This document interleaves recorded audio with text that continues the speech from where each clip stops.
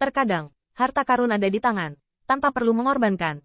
Itu sudah menjadi pencegah yang hebat. Putri Wenxing hanya merasa bahwa kekuatan dan sarana kayu menjadi semakin tidak bisa dipahami.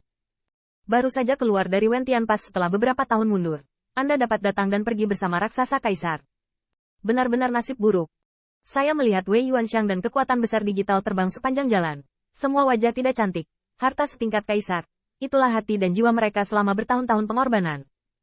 Tidak apa-apa menunggu selama beberapa tahun di sini tanpa hasil. Faktanya, beberapa tahun bukanlah apa-apa bagi raksasa digital. Jika Anda bisa mendapatkan harta dan hadiah Qin Yichen, apalagi beberapa tahun, biarkan mereka menunggu selama 100.000 tahun. Jutaan tahun bukan tidak mungkin. Hal yang paling menyebalkan adalah bukan karena mereka tidak menunggu, tetapi orang-orang berjongkok di sana, tetapi mereka tidak bertengkar. Hal ini membuat mereka semakin tertekan. Saudara Wei, bukan berarti aku mengatakanmu, bajingan kecil itu belum mencapai alam Tao, dan Kaisar Bihai tidak ada di sana, tapi kamu. Wei Yuanxiang mendengar keluhan dari teman-temannya, dan wajahnya menjadi lebih suram. Menurutmu apakah aku akan menjaga tanganku dari kekacauan kecil itu? Atau menurutmu kekuatanku tidak baik? Kekacauan kecil itu memiliki warisan dari klan Heze, dan kekuatannya semakin lama semakin sulit. Pada saat ini, lelaki tua dari klan Manhua berseru, waktu dan ruang alam semesta kuno kacau, dan ada celah di era prasejarah. Era hebat, tanda seru. Jumlahnya terkejut, tetapi Wei Yuanxiang tidak peduli tentang ini. Tetapi tiba-tiba ada getaran di tubuhnya, dan giginya hampir patah. Tidak. Kita mungkin akan diadu oleh omong kosong kecil itu.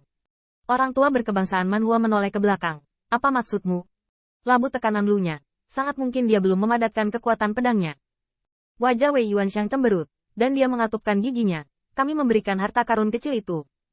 Setelah dia berhasil, bagaimana dia bisa membiarkan kita pergi begitu saja? Orang tua dari klan Manhua tidak mengerti. Kami memberikan harta karun. Bukankah anak kecil itu harus melepaskan kami? Jika dia berani, itu akan terlalu sulit diatur. Aturan. Wei Yuanxiang mengangkat alisnya. Suaranya gemetar seolah-olah dia sedang marah. Menurutmu apakah ada aturan antara kita dan kekacauan kecil itu? Yang disebut aturan hanyalah kompromi sementara di mana tidak ada pihak yang dapat membunuh pihak lain untuk saat ini. Orang tua dari marga Manhua kaget, dan memberikan hartanya kepada Labu Luya. Apa bedanya membayar tebusan dan merobek tiketnya?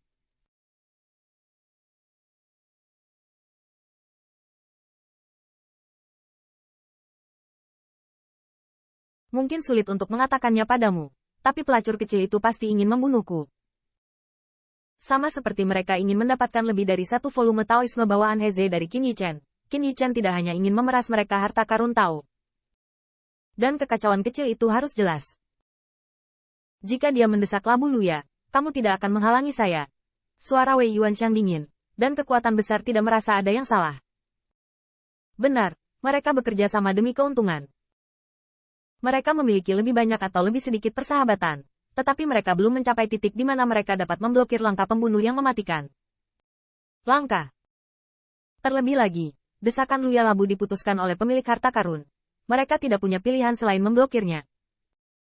Bahkan jika mereka bisa memblokirnya, mereka tidak akan mati. Qin Yichen tahu ini, dan Wei Yuanxiang juga tahu ini.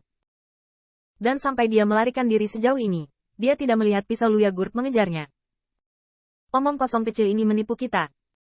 Tanda seru. Tanda seru. Wei Yuanxiang sangat marah dan tetap dalam penyergapan selama beberapa tahun. Tidak peduli seberapa kecil kekacauannya, dia juga membayar dengan Dao Bao. Pada saat ini, berpikir untuk mengancam mereka untuk menyerahkan dukungan Dao Bao, hasilnya adalah sebuah gertakan. Bagaimana Wei Yuanxiang bisa tahan? Saya harus mengatakan bahwa Wei Yuanxiang benar-benar cukup licik untuk dapat menyimpulkannya dari detail biasa ini. Tentu saja, selain licik, Wei Yuanxiang juga cukup jahat. Dialah yang akan memotong akarnya setelah memeras harta karun itu. Jadi dia memikirkan Qin Yichen seperti ini. Meskipun Wei Yuanxiang benar. Dan mendengar ini, kekuatan digital juga marah. Kekacauan kecil ini berani menipu kita. Apa yang kamu lakukan kemudian? Dapatkan hartanya kembali. Itulah harta karun tingkat kaisar. Namun, lelaki tua dari klan Manhua tampak sedih. Bagaimana cara meraihnya? Bayi itu ada di tangan si kecil yang berantakan. Masih bisakah kamu kembali? Lebih jauh. Bahkan jika Labu Luya mungkin palsu, Wu Dutian telah meninggalkan adat tapi itu tidak palsu. Eyeliner mereka tidak akan pernah bisa membohongi mereka. Dan ketika Wu Dutian terbang keluar dari klan Wujin, Dia begitu sombong sehingga dia bahkan tidak mau menyembunyikan keberadaannya. Rupanya, langkah Wu Dutian adalah memberitahu pengadilan langit bahwa leluhur kedua Kaisar Ke telah pergi, dan bertanya apakah masih ada penjaga kuat yang menjaga Tiangwan. Jangan gegabah. Tetapi pada saat ini, Wei Yuanxiang dan kekuatan digital lainnya gila.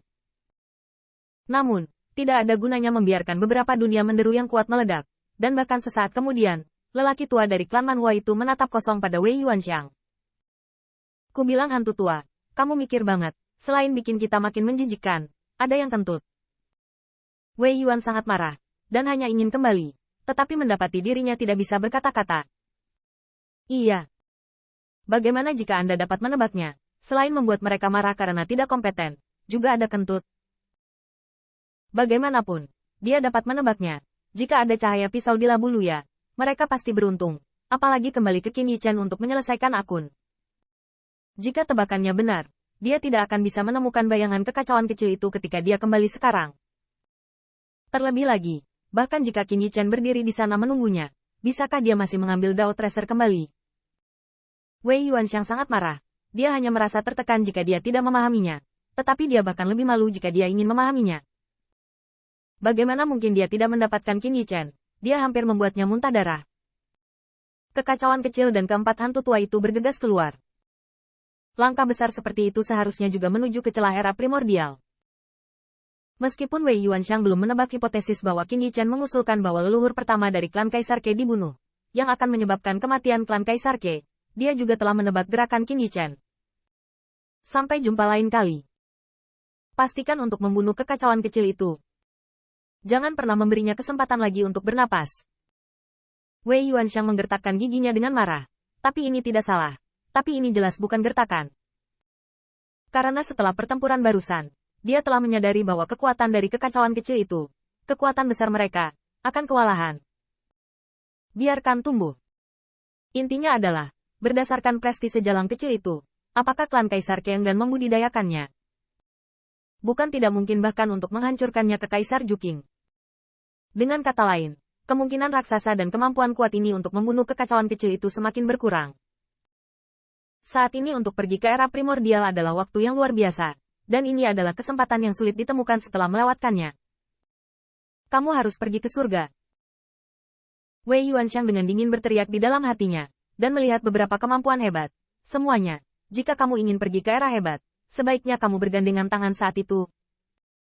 Jangan mengatakan apa-apa lagi. Tahu bahwa kami, kekacauan kecil itu berani memeras juga.